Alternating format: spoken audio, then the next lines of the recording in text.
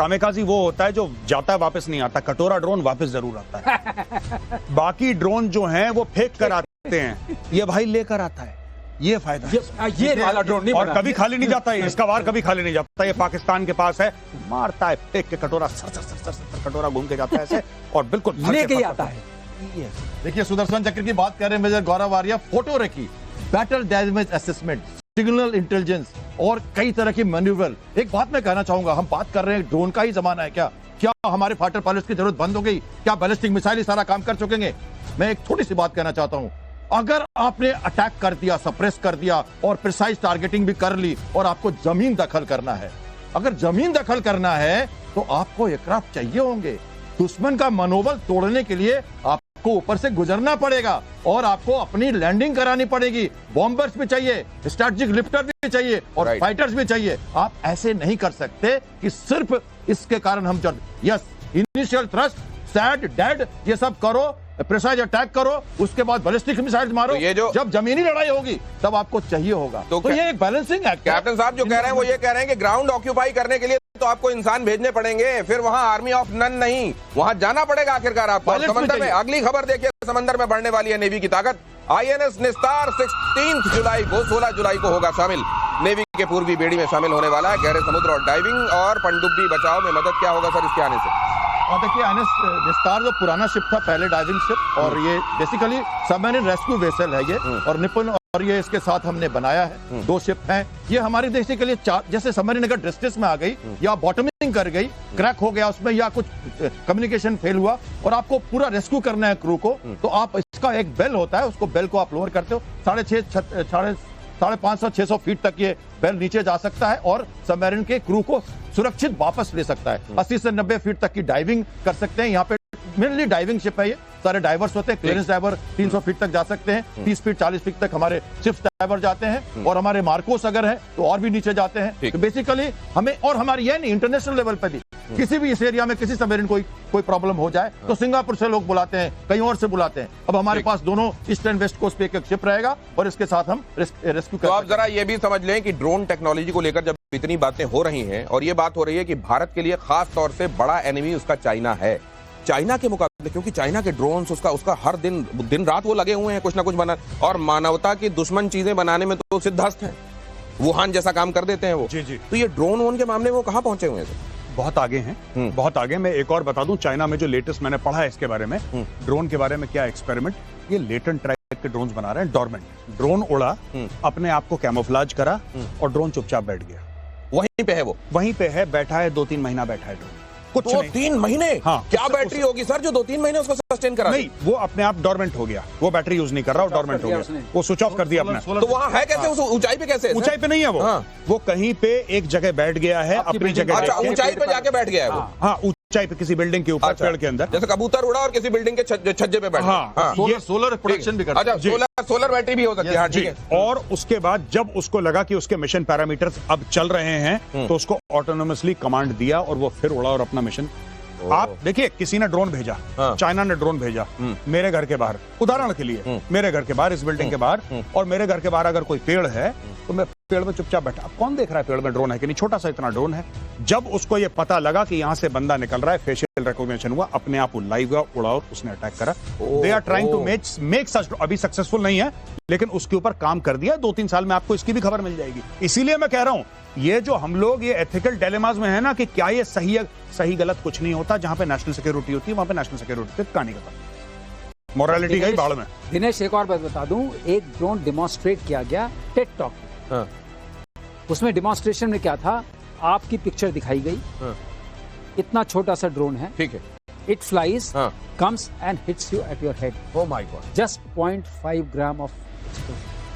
बहुत छोटा सा एक्सप्लोजिव, मतलब एक बुलेट बराबर। अंदर गया, बुलेट भी ज्यादा, इतना सा, माचिस के हेड में जितना लगा रहता है उतना। 0.5 तीली में इसका डिमॉन्स्ट्रेशन किया गया लाइव ऑन अ मेनिनक्रूज। तो ये कितना खतरनाक होने वाला है इसका अंदाजा लगाइए। ड्रोन पूरे लैंडस्केप को कैसे बदलने वाला है इसका अंदाजा लगाइए। इसीलिए एक एपिसोड में ड्रोन से रिलेटेड सारी चीजों को समेटा नहीं जा सकता। आइंदा भी इस पर डिस्कशन करेंगे, लेकिन अगली खबर देखिए ड्रोन को लेकर। नेक्स्ट जेन की नई रिपोर्ट, भारत की ड्रोन मैन्युफैक्चरिंग क्षमता और बढ़ेगी। 2030 तक $23 बिलियन तक पहुंच सकती है यह क्षमता।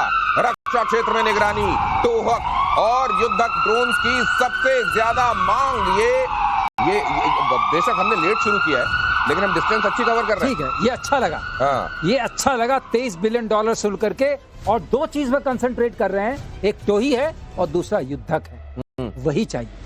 एक जासूसी करेगा और दूसरा आपके लिए कॉम्बैट के काम करेगा, आपके लिए लड़ाई जाकर करेगा। दिनेश भाई, आपको एक बात बताता हूँ। मैं एक इजरायली से, बड़े सीनियर इजरायली से बात कर रहा था। मैं उनका नाम नहीं लूंगा, it was a private conversation. तो मैंने उनको बोला कि साहब, आप जो रिकॉनेसेंस ड्रोन इस्तेमाल करते हैं इजराइल के अंदर, जो ऑपरेशनली इस्तेमाल करते हैं, और जो आप ड्रोन काइनेटिक के लिए इस्तेमाल करते हैं, तो वो कह रहे हैं कि हम लोग अब ऐसा सिस्टम बना रहे हैं जहां पे सिर्फ काइनेटिक ड्रोन्स होंगे। मैंने बोला क्यों? कहता है बिकॉज वी आर इजरायली। मैंने बोला इसका मतलब क्या है? कहता है कि रिकॉनेसेंस के लिए गया, हमारे पास इतना टाइम नहीं है कि उसने आतंकवादी को देखा, फिर वो पीछे रिपोर्ट भेजे, फिर हम करें। वही वहां पे थैंक यू बोल के, गुड नाइट बोल के वापस आ जाता है। तो मतलब एक को मल्टी रोल बनाया जाएगा, ये कहने का मतलब? वो कह रहे हैं कि रिकॉनेसेंस मल्टी रोल, सही बात। वो कह रहे हैं कि हमें रिकॉनेसेंस की क्या जरूरत है? आप रिकॉनेसेंस में हार्ड पॉइंट्स डालिए, आप उसमें हेलफायर मिसाइल डालिए, आप उस ड्रोन को उड़ाइए।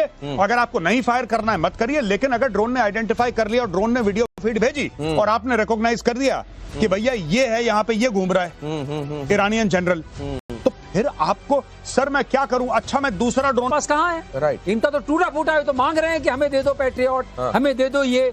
इनके पास वो क्षमता नहीं है। और 1300 बहुत बड़ा नंबर है, बहुत बड़ा दिनेश, नंबर मैं यही कर रहा था, सीड, ये सपरेशन जो पहला लहर जो होता है, जो 7 तारीख क्या है सर? सीड आप कह रहे हैं क्या? सपरेशन ऑफ एयर डिफेंस, जिसको कहते हैं ना, एक तरह से आप सैचुरेट कर दो। इतना सारा रडार पे दिखने लगे। अच्छा, सैड है ये, separation of separation of enemy air defences. अच्छा, इसलिए सीड है या separation of enemy air defence, destruction of enemy air defence. अगर डिस्ट्रक्शन भी करना है, जैसे कमांड HQ-9 को मारा हमने, तो ये भी ड्रोन कर सकते। अच्छा सर, ये जो इनकी HQ-9 जो बैटरी रखी हुई थी पाकिस्तान में, सिटिंग डक जो हमने बनाया, हमारे ड्रोन ही तो मारे थे, और ड्रोन ही तो गए थे वहां। देखिए, ड्रोन भी गए, हमारे बैलिस्टिक मिसाइल्स भी गए। देखिए, एयरबोर्न टारगेट से भी हमने डिस्ट्रॉय किया, कई चीजें हुई उसमें।